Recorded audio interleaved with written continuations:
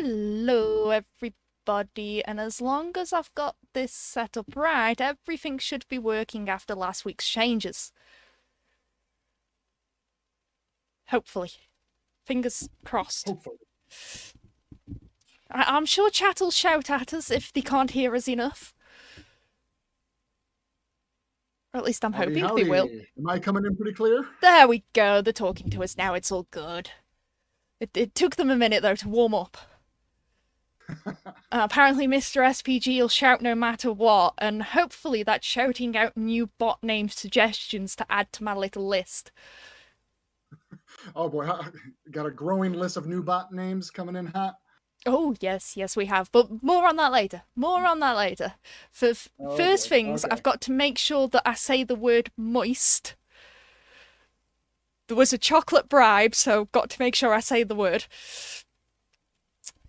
I'm missing some context here. A few people in chat don't like the word, and there was a chocolate bribe to make sure that I said it today. I like the word. What about cream eggs? Well, the cream eggs are just lovely and full of chocolate, so there we go. There's so much sugar in a cream egg that it's just beautiful. Can't argue with that. Exactly. So, anyways, after all of that, we're in. It's Friday.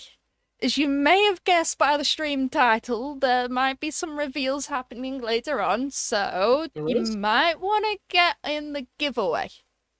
Ooh, what are we giving away? Well, it might be the next Ultimate Season Pass. But of course. Which leads us, of course, on to reminding everybody that the Overlord season is closing up, so if you've not finished it, you've only got the next 3 days to finish it up.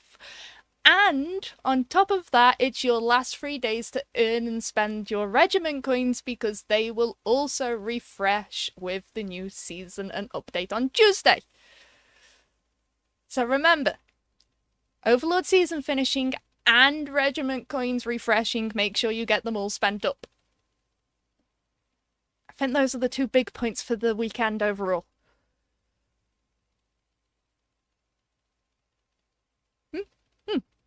Yes. We'll go with that. If I think of anything else, I'll shout it out at the end. Shout out what at the end? Any reminders for this last weekend of the season? Right. Not thinking of anything else other than the season and the regiment coins, so we'll leave it at that for now. Well, sounds good. Now, but we did have some exciting stuff happen. Yes. Starting as of this week. Yes. Let's go through those before we move on to any reveals. And I think we start up with the terrain resistance changes and how that's been going. Yeah, I can comment on a lot of that. And for those of you that were tuning in last week's stream, of course, I was on there. We talked a lot about some quality of life updates. And I was also on stream to debut our terrain change test that we have live right now in Cold War, specifically eras 2 and 3. Really quick, just want to kind of remind in terms of what is changing about this, why are we doing this, and how long are we testing the terrain changes.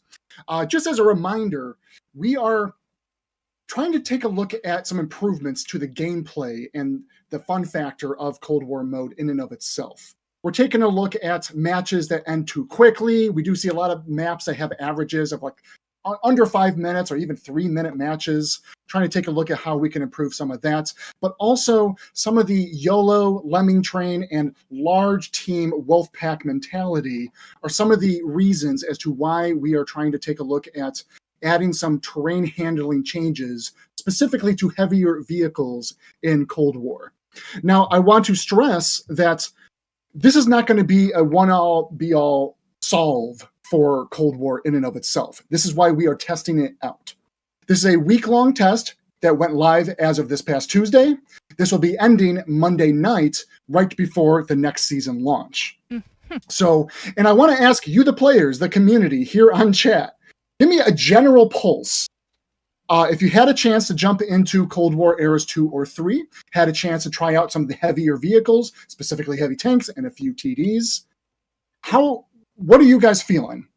Are these changes something moving in the right direction? Is this demonstrably different than the gameplay you're used to and don't like it? Just kind of want to generally ask the chat, you guys, the live viewers here, what are you thinking on it? Because we are taking a pulse and picking up a lot of your feedback from our Discord threads. That includes, of course, myself and KB. My design team is also digging in. And not even just I know there's an official Discord thread. We've even seen a few tertiary threads by you, the players, talking about it as well. We're trying to scrape all of those comments and get a better idea if we're moving in the right direction here. Right? I would definitely agree with that comment in chat saying that the chieftains need buffing. We tried the Mark 11 on Tuesday's stream and it was painful. A painful experience. It was extremely painful. Some of the others, the Chieftain 120 didn't feel too bad, but the Chieftain Mark 11, that hurt. That one really hurt. So I want to give, and I'm seeing a lot of feedback. I have to say, it's a divisive change. Either people are very for it and see that it's coming in, but maybe needs a little bit more test and more tuning, of course. And then I hear that there are players that are very much against it and disagree with it. And there's valid reasons for it. To give some optics and thoughts and impressions that we have internally, again, reading from your comments and some of our own hands-on experience with the terrain handling changes, the high-level thing that feels really good about it is heavy tanks, they feel heavy. That's an important aspect, but let's get into the actual gameplay side of things. Because yes, being heavy means you're going to be a little bit slower, depending on what sort of terrain surfaces that you're on. Want to remind, though, you can still hit all of the top speeds you always have in some of your heavy tanks. You just have to be on the right type of surface, being like a dirt road, a concrete surface, a road, a concrete road itself. But when driving on sand, dirt, grass, any sort of like watery surface, or even going up slopes, that is where you will see much of the difference happening, of course. And a lot of what, at least what we're seeing so far, is Era 3 feels a little bit more appropriate with what we have tuned the tanks currently. Era 2, at least from what I'm hearing from players, does not feel right. And KB, you kind of called this out with some of the chieftains as well. That some improvements need to be made. And there might be a couple of other reasons tied to that as well. In Era 3, there is a much larger quantity of heavy tanks at any given time in the team composition, usually more than 50%. In Era 2, we can more often see about 25% or less heavy tanks in the team composition. There's a lot more class variety. And what that kind of means, and from a player standpoint, I imagine you guys feel some frustration when you're caught out in the middle of the field and you got these light tanks or mediums are able to circle around you or get away and you can't catch up with them. We are taking in that feedback and understanding that, Era 2 especially might not be landing the mark as part of this test. We completely agree that more tuning and possibly a follow-up test next season at some undisclosed time might be a requirement. Other things, also noting that we do see that players are suggesting, why just heavy tanks? Why not the mediums and lights? We hear you guys. This is something that we will take into consideration as well and see about applying some form of terrain resistances on the light tanks and mediums. This is not a promise. That is not a commitment. This is just following up as something that, again, we can try out another test. But again, we want to make sure there is gameplay class variety a little bit more. We do want those light tanks and lighter weight vehicles to be able to play their role more effectively, be kind of the spotters, the scouts, while the heavier tanks are kind of holding, or I won't call it playing catch up, but they're playing their frontline role and sticking together and catching up with the rest of the lighter weight vehicles. Adding more strategy and making it more World of Tanks appropriate, as opposed to the gameplay that we've been seeing for years of more of rush in and fire at the first target you kind of see and just kind of clobber in a kind of chaotic mess. To be clear, we understand that is a gameplay style that suits some players well. They like that aspect of Cold War. I would argue this is why map variety is also very important. There are particular maps where that kind of gameplay naturally lends itself as part of the experience. What we're trying to solve is making sure that experience doesn't happen 100% across all the maps in any given match that you do play. That's kind of the takeaways, and at least what we're hearing from you guys, the community, and our own hands-on experience right now. So again, a reminder, jump in this weekend, play some Cold War Eras 2 and 3, jump into our Discord, hit us up with some more feedback. And KB, I'm happy to join again on a future stream to provide transparency to the players, of course, going over that feedback. We'll collect some actual stat data to kind of indicate what sort of impact are we seeing, maybe to match times, survivability, maybe even win rates. Be more than happy to share all those findings with you, the players, and the potential next steps that we would apply when it comes to the terrain changes in Cold War. I think the chat would be happy with that, but gonna admit it won't be any time in the next 2 weeks. Right. Right. I also want to stress. Oh, go ahead. Well, no, it's more that everybody in chat should know by now that I'm taking the next 2 weeks off. So it will definitely not be within the next 2 weeks. Maybe we can pencil something in after that. Yeah. And just a reminder, this is very much a test. This will be ending on Tuesday at the launch of the perhaps new season that we might be talking about today. But before we even get into that, we've still got a bit more to cover, because we do have a couple of quick updates from last week's stream as well. So, let's start with the 2 tanks. Sure. You want me to cover this section? So, you got it. The 2 tanks we're going to talk about specifically are the A8060 and the Panzer 38H.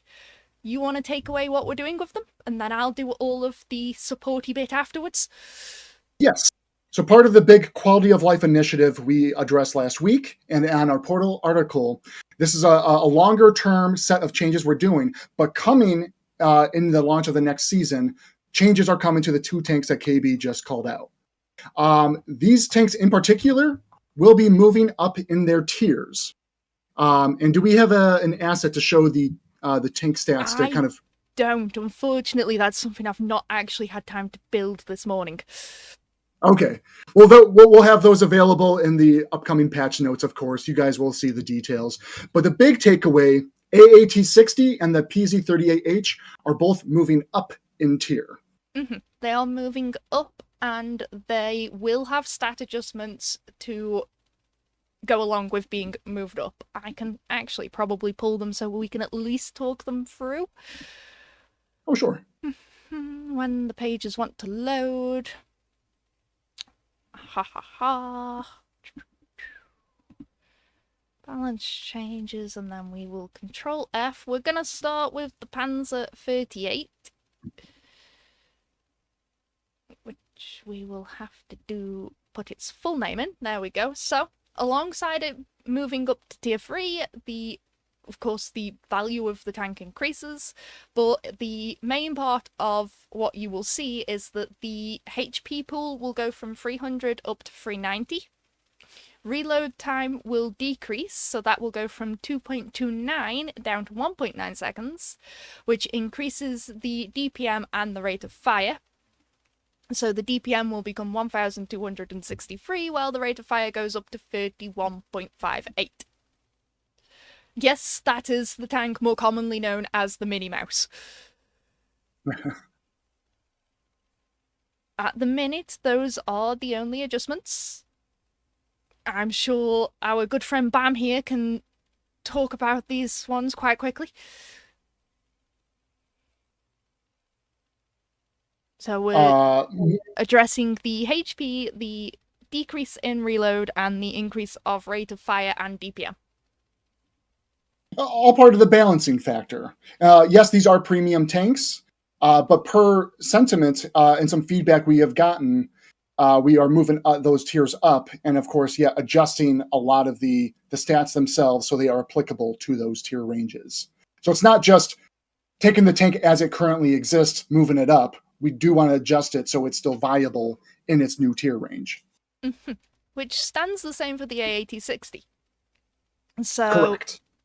Same again here. It's going to have its HP increased up to 1,900. The view range will increase to 390 meters, and on the standard shell, the penetration will increase to 268 millimeters, whilst its velocity will increase to 1,478 meters a second. That's what we've got coming in for both the Panzer and the AAT. Now, for both of these tanks, if you have purchased any of them in the last 365 days and would prefer to exchange it due to the recent changes that we've just mentioned, you will be able to contact customer support starting on Tuesday, that's Tuesday the 29th of July, to request an exchange for another premium tank of the same tier or lower. Right, the special note here is that certain tanks like your IP licensed and any special event tanks, the select rare or unsold premium tanks, and all tanks released after Tuesday and the season has begun are excluded from the exchange list. For this exchange, it's based on the current tier of the tank and not the tier on Tuesday. So, going over that again. If you purchased either of the two tanks within the last 365 days and would prefer to exchange it because of the changes, you can contact customer support on Tuesday. You can request an exchange for another premium tank of the same tier or lower. But there are exclusions, including IP licensed, special event tanks, select rare and unsold premiums, and all tanks releasing after the season has begun. They are all excluded from the exchange list. For this exchange, it is based on the current tier of the tank and not the new tiers on Tuesday. If you got the AAT60 in a box, you can still contact customer support on Tuesday. That's Tuesday the 29th of July. Have either been on sale in the past 365 days? Yes. Good question. That is those two covered. You will be able to see those stats as well on paper when all of the notes release about it. Right. Next one to just clear up before we move into all of the juicy new stuff is the matchmaker. We mentioned last week that we were going to be adding in some new factors, and we just want to make sure that this is absolutely clear that it's not what some players think it is. So let's start with how the matchmaker currently works, Bam. Sure. So right now, the matchmaker, when you are queuing in, it's not skill-based by any means. What it does, it will pair players together, and it's simply looking at the quantity of battles that either player has played, right? And then we determine if you are a player that has a high number of battles, and it sees another player with a high number of battles, we consider that a pair, and we distribute each of those individuals across the teams in the full composition. But just roll it back 2 steps, because it designs the pairs based on class and tier of the tank first, yes? Correct. So those are the most important things with it. We've told you before, this is a pairs-based matchmaker, so it takes into account first the class and the tier of the tanks and makes pairs based off of that. Yes. I had that as a bullet point a little bit further down the line. I realized that should have been at the actual start of this one. So that's more or less how it currently works. That does, in fact, mean you will have matches of higher skilled players with medium and lower skilled players matched all together or evenly distributed across the teams. But battle count isn't a really definitive way of determining is this a high skill player or not. You can still be a more of a medium skill and even a low skill player with a high number of battles. We're trying to improve the equality of the matchmaker in and of itself. So what we're talking about with this new enhanced matchmaker that we talked about last weekend on our portal article, We are adding win rate of player count as well as their tank win rate into consideration. And that's in addition to the battle counts that you have on your account. This is not a skill-based matchmaker, and let me go ahead and break down a bit of technical details of how this works. As noted before, we pair up two players based on their tanks they have selected by their tier and their class, etc. And that pair gets compared to each other, looking at their win rate and battles played on the tank or player account, depending on which data is more appropriate at the time.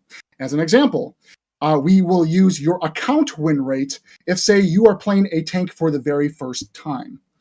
Now, say if you played a tank for many battles, I don't actually recall the quantity that we determined this at, but after X number of battles, we then will defer to the win rate you have on that tank itself, as well as the battle count data to determine, for the matchmaker to determine how you can kind of pair with another player. We look at two teams' current makeup, and using the win rate and battle count data, the matchmaker decides which team each player should be put on. And pairs will always be put on opposite sides. Okay, that's a bit technical. Just to sum up, this change does not matchmake all high-skilled players into a single matchup, nor all lower-skilled, medium-skilled players into a single matchup. Any given match can still be comprised of high-skill, medium-skill, and low-skill players. All this matchmake update is doing is evenly distributing those players across both teams. Hopefully that helps clarify a bit more. I know there's been a lot of questions and commentary. We did kind of brief on this last week a bit, so happy to kind of go over that a bit more. And of course, Mr. SPG, you have more of the technical details than I know, so he's always available to kind of address this as well. Just casually calling out Mr. SPG there. Love it. Love it. But that's all the clarifications we had for what's happening, what's going on, what maybe needed clearing up a bit more so that you guys understood it in a better way.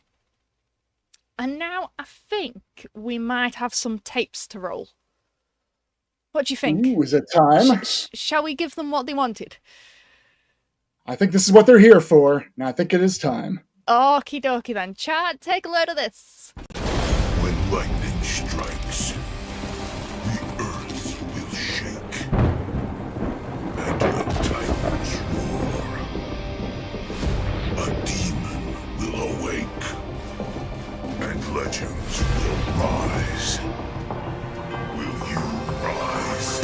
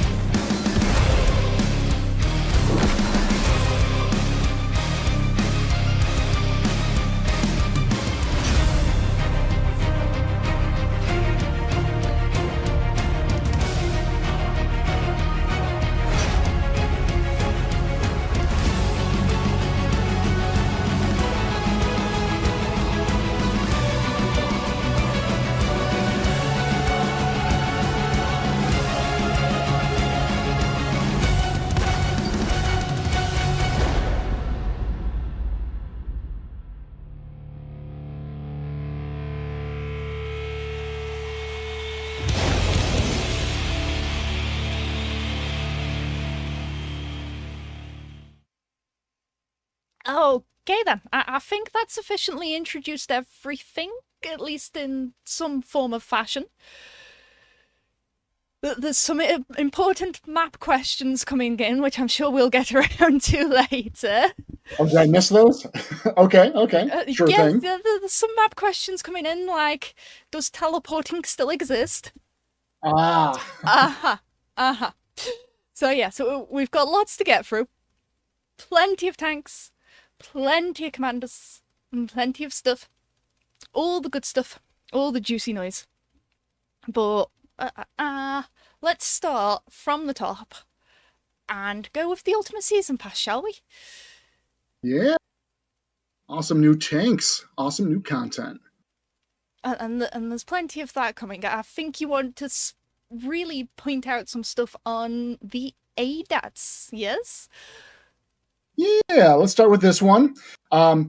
Careful with pronunciation. I realize in a lot of meetings, let's say, ADATs sound very similar to a kind of a space-themed-esque series. Some kind of walking robot machine.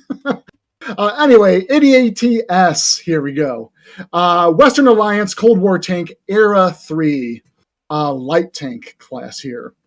After the Division Air Defense Program was canceled in 1985, the U.S. Army explored other possible systems to use as anti-aircraft measures. One option it tested was the Air Defense Anti-Tank System, ADATS, developed by the Oerlikon throughout the 1970s and 1980s. Although Canada, an early customer for the ADATS, had installed the system on the M113 chassis, the U.S. elected to test the ADATs on the chassis of the Bradley IFV and add a 25mm autocannon. Trials were promising, but shifting budgetary priorities after the end of the Cold War led to the project's unfortunate termination. Anyhow, now before you move on, background. I must warn you Sure. that there is going to be people in chat saying you have mentioned the M113. They would like more versions of the M113. Say now. We have some fans of the M113, huh? There's quite a few fans of what I like to call the boxy tank. Not sure why, Tank. but they quite like that tank. In fact, I have several suggestions to get written up and passed over about that set of tanks. Okay. I will take in the feedback. I think this is something great we can bring back to the tank design table for the future. Yes, absolutely. And after that little side bit, let's go back to the ADATs. In fact, I've got a also cool looking view of the skin that we can pull up. There we go. With all the leaves and everything on it. Cool. So yeah, ADATs, equipped with the secondary weapon system, you have access to the standard 25mm Bushmaster and dual quad ATGM launcher holding 8 ATGMs at the ready. Most notable are the ATGMs themselves, which are the fastest missiles in the game due to being based on hypersonic missiles. Let's just say they will reach their target faster than you can say a snapshot. Speaking of snapshot, this is what the skin that we're looking at right now. And this will also come included in the Ultimate Season Pass. Mm-hmm. And then you can also see that little radar dish at the top there. The team has added a small bit of animation. When you select the tank, you'll see it kind of raise into position and spin around. There's no stat benefit to it. It's just adds a +2 to cool factor points, let's just say. So we've moved away from cool factor to moved on to cool factor from style points. Yes. I guess that's the new verbiage we're going with here. Apparently so. So the ammo capacity on the 25mm is 300, or at least that's your clip. Your clip can fire 300 shells at a time, and then the launcher, I think, is 16 ATGMs split over 2 clips. Unfortunately, I had all of these stats pre-prepared on our lovely new graphics, and then Photoshop decided to crash on me. It happens. Technology. Mm-hmm. Is it a hitbox? I don't believe it is a hitbox for the radar dish. Good question. Let me confirm that, actually. I'm fairly sure when I was looking at the I feel like model it's not. yesterday, it's not a hitbox.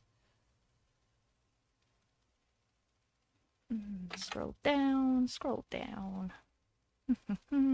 I don't see it modelled on the armor viewer. Okay. Intraclip on the rockets is 18.18 seconds. And then they're not rockets, the missiles. I need to get my terminology right. Come on. Correct. Yes, they're still guided. I will stress a big part of this is these are the fastest missiles in the game. A little harder to steer, but it will get to your target fairly quick. And then also alongside the ADATs, we've got a certain Desert Fox Daniels, which I hope all of you recognise because he's been with us in the game for quite some time now. Oldie but a goodie. Oldie but a goodie. And he's, 3D hero commander, so he gets that improved aim rate, which means if you do need to grind out some commander skills, he's probably one of your better commanders to do it with.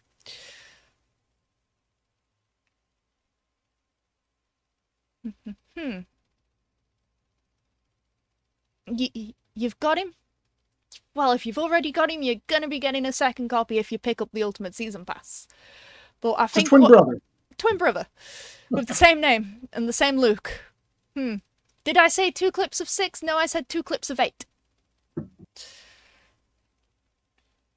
And now, on to the Tiger Moors. Because I'm a fan of this one. this is a extremely super heavy tank, I guess you could say. I love this key art, by the way. This is the first time I'm seeing it. To be clear, does not come with an electric force field or a shockwave. If only, eh? But no, the graphic team did a great job on getting some of these arts made up. For sure. All right, Tiger Mouse, our level 100 season pass reward. Tier 9, German heavy tank. A super heavy 120-ton tank project developed in between September and December of 1942.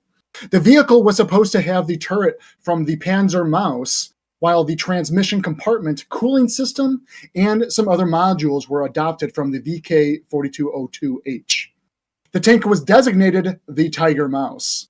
The project was canceled, but later continued during the development of the E100. So, classic super heavy tank playstyle featuring thick armor and that big slapping gun. Use its armor to fight on the front line and use tactics such as side scraping to make the most of its armor. Good mobility, technically, for a super heavy tank. And of course, KB, let me know if we have an asset for this. Oh, we have. It's all up. Yeah, there we have it. Yeah, the Rude Mouse skin. By reaching the level 120 in the season pass. Now, I've got a couple of people asking if the secondary weapon is accessible on this tank, and as it stands, no. It is not, but the team has heard some feedback on that. We are thinking in the future updates we could try to add a small caliber secondary weapon access to it. Yes. So that feedback has already been heard. So don't worry about getting that one in, because we've already, as we like to say, got a ticket for that. That was a skin change just now. Yeah, the skin's on screen. It's got these little bits of foliage on it. There's something written on the barrel that, no, before chat asks, I will not attempt to say. But yes, it's pretty cool for a skin. And the name kind of really sticks out as Rude Mouse. Rude. And whilst we take a quick look through the rest of the season tanks, we've also got all of the other rewards on here for you. So there will be the Terrapin Mark 1 on level 75 in the season pass, as well as the KV2202 at level 25. And then if you're one of these that goes for the base season pass, you can look forward to the Kanonen Jagdpanzer at level 100. So plenty to do, plenty to see, plenty to pick up, and yeah, there's even sneak peeks of some of the commanders and everything else you'll be picking up along the way across the season treks. Very nice. Right, now, I think it's time to switch our view for a minute, because you were planning on giving us a sneak preview at the lovely map that's coming in. Correct. I think a lot of players will remember this one fondly. Let me know when it's up, and I can start giving us a tour. It's all up. They can see it straight and clear. Awesome. All right. I'm going to do my best to slowly fly cam through the map itself. We are looking at the map through the tool, our world building tool internally. And I've gotten feedback on previous streams that I zip around too quickly, and it's nauseating.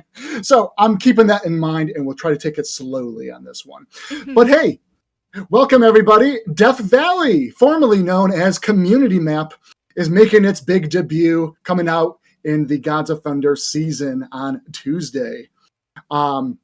This is, of course, our brand new map exclusive to World Tanks Modern Armor, developed alongside you, the players, over the course of the last year, where we had this available in event modes and in custom games, taking in your feedback to deliver the final look and gameplay feel that the map is meant to deliver. Yes. Visually themed and based... Oh, I'm sorry, go ahead. I was just going to say that if people were keeping track, this is our third community map off the top of my head. We got Vineyards, Hellfire Pass.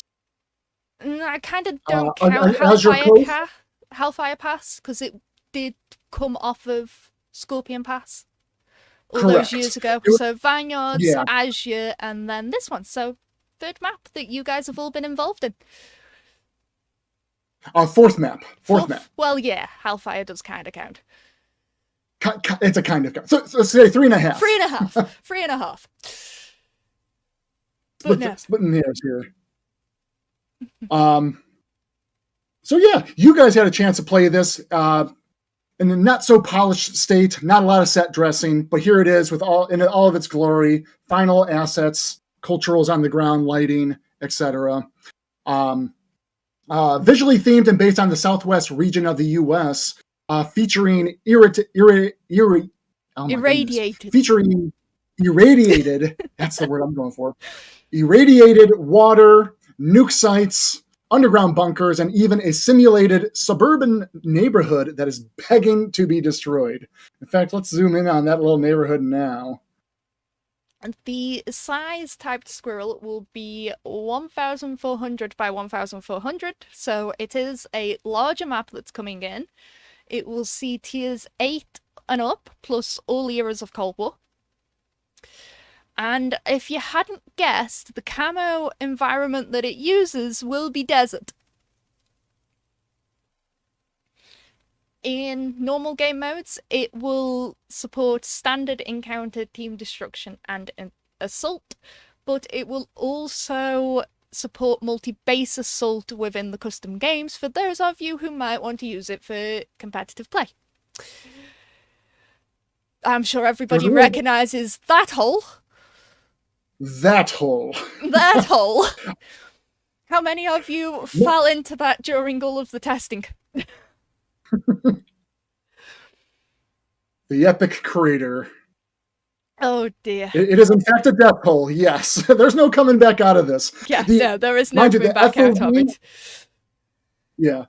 This flycam and FOV, while in the tool, might give the perception that this map itself looks a little bit smaller or the scale of it seems off. Just know this is enormous. And a lot of these hills even, I'll come over here. This is a very advantageous spot to make the climb for. It's a little steep. It can be hard to get up here. But once you make it up to this kind of crest, you get a view of about 70% of the map. A lot of long-range sight lines here. Mm-hmm. Mm-hmm. But you're also very exposed, and gun depression might be a bit of an issue here as well. Wasn't there another map we were talking about a few weeks ago? This is that same map. This is the same map that we were having a quick look at on the Tankfest stream those couple of weeks ago. Correct. Yes, and somebody, I saw people asking about Stephen as well, and I like to think that this map right? Stephen heard about all of the ongoings and had to investigate because he heard of this place called Death Valley and he needed to get in and see it, and then So what was his going own on? spaceship ended up becoming one with Death Valley, and that's why there's a gigantic hole in the middle of it. There's definitely a lot of Easter eggs in this map itself. We won't spoil it. Maybe eagle-eyed players can find some of those things. Yes, it's Steven's crash site. Are you telling me there's It's a Friday code? 83%. I think there might be one. I actually don't know where it's at, though.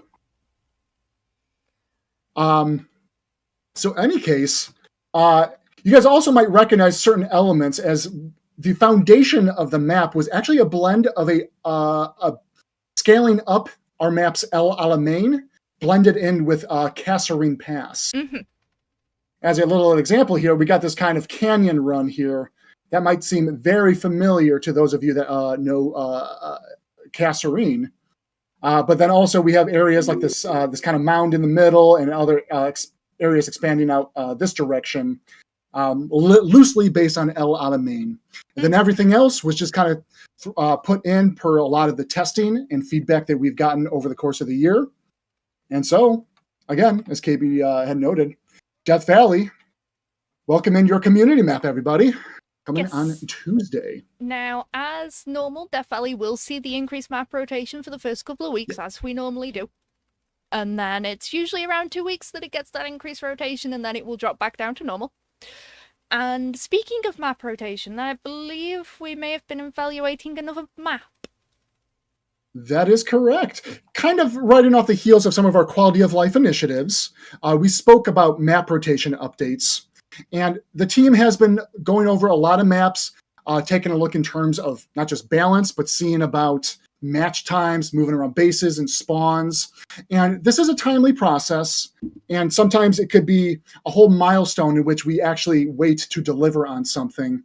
One of those maps in particular, we do hear from the players often that needs to be looked into or pulled from rotation or something needs to change about it. Ardennes. And Ardennes specifically in Cold War. The team is working on some updates, and unfortunately those updates would not have made it into the next milestone. But we made a call because we still hear frustration of players running into this map. As of Tuesday, with the launch of the new season, Ardennes is going to be pulled from Cold War map rotation until the team can deem updates to it that would be worthy and applicable to bring back into rotation, if it makes sense to bring back into rotation at all. So just a heads up, Ardennes coming out of Cold War rotation at season launch until further notice. Mm-hmm. Now, I'm going to have to speed us up a bit because I'm fairly sure I've just heard my food turn up. And unfortunately, it's at that time of day where I am getting very hungry, and you don't want hangry KB on stream. Hey, fair enough. We got a lot more to cover here, so we can kind of speed it up a bit too. So, jumping straight into the next one is regiments and the updates to regiments. Yes.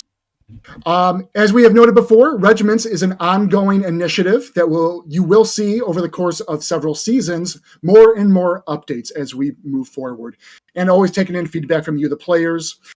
In the next season, the big update here, we have it on screen, leaderboards finally making their way in game. The leaderboards itself will display the top 50 regiments and the 4 regiments that are above and below any selected player's regiments when trying to view them. Just note, regiments must have at least 5 members in order to be ranked on the leaderboard itself. And by default, the leaderboards will be sorted by the rating. However, we do have our additional sort options that we have shown on the screen now, where you can sort, again, by the rating, average win rate, average damage, kill-death ratio, survival rate, and number of games played. Mm-hmm. And don't have images for the next update, but you did catch a glimpse of them in the season trailer. We've got regiment ranks coming in as per the community request when we were working through everything with regiments. So there are now 4 new ones: the private first class, the corporal, the sergeant, and the staff sergeant. Correct. Worth noting, these new ranks do not have any additional or new privileges than the normal private rank itself. To the discretion of the regiment commander and executive officer, you just are now able to promote your regiment members up from private through these new 4 ranks. Mm-hmm. And then, last thing to note that's coming in on Tuesday is the unretiring of tiers 1 through 4 that we spoke about at Tankfest. And I can't wait to play with some of these tanks. Our tin cans are coming back.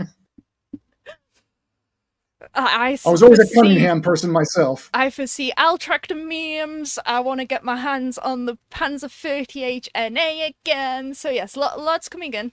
And yes, there will be a regiment store refresh. Yes, there will be a new tank coming in, but not gonna spoil what it is right now. Correct. So a few updates we can cover on the unretiring of our low tier tanks here. Tier 1 unretired vehicles, these will be elite naturally and free to purchase. Tier 2 unretired vehicles also will be elited and will require a normal silver purchase cost. Tier 3 unretired vehicles will be researched with a normal silver cost, and then Tier 4 unretired tanks will be still a normal locked status.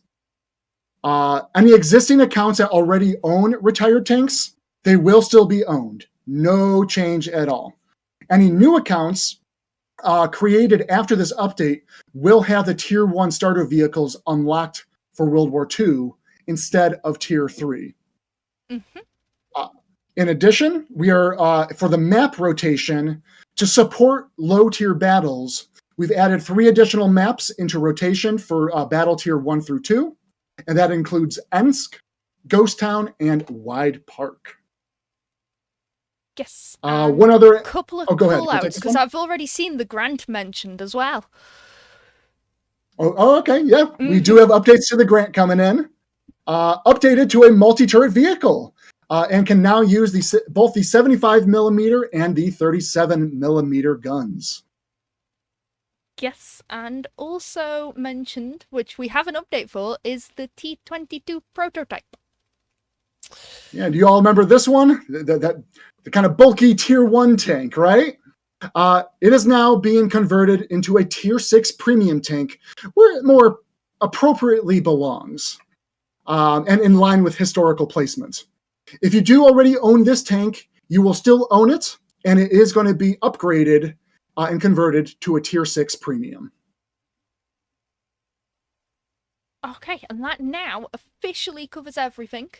If you are wondering about the season, that article will be released after the stream. If you're wondering about patch notes or anything like that, those will be dropping on Monday, like the normal. So, I think that's time to maybe throw out those final reminders and also grab the wheel.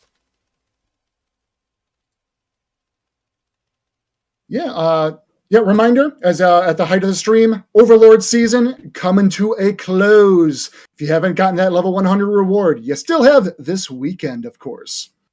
And in time for the launch of Gods of Thunder. And one more reminder, spend your regiment coins. They will be resetting when the season launches, and new regiment store content will be inbound and cycling in. Now, as you all know, BAM does disappear whenever we do these lovely wheel spins, so get guessing your colours, everyone. It's one of my talents. I just disappear when the giveaways start. Oh, Wing does it too, so I want to know what you've all got. Right, okay then. While you lot are guessing, we're going to be spinning that wheel. If it'll spin, come on, there we go. And then our 2 lucky winners off here will be picking up Ultimate Season Passes. So, Motown Junk FC, you are the first winner. You will be looking forward to an Ultimate Season Pass on Tuesday. Might not come in on Tuesday, it might take a couple of days because, you know, Winged and the team are going to be extremely busy. But you will definitely get one. Congratulations. And second winner is Strike Toro. So congratulations to you both. And was that both blue? I think that was blue on both occasions, that one. So throwing those names into the chat. There we go. So you two will be looking forward to Ultimate Season Passes. And on our end, we will be throwing up that trailer one last time, finding somebody to raid, and for most of you, you will see each other again next week, but for me, I'm going to see you in about 2 and a bit weeks' time. So if anything goes wrong, it's not my fault. Just throwing it out there. If Wing gets going to be the something wrong, gremlins in the machine. if Wing gets something wrong on Tuesday with the stream, it's not my fault. Oh dear. I'm not going to France. I wish I was, but I'm not. But anyways, chat, we will be loving you and leaving you and letting you enjoy that season trailer one last time. Bye-bye. Thanks, everybody. When lightning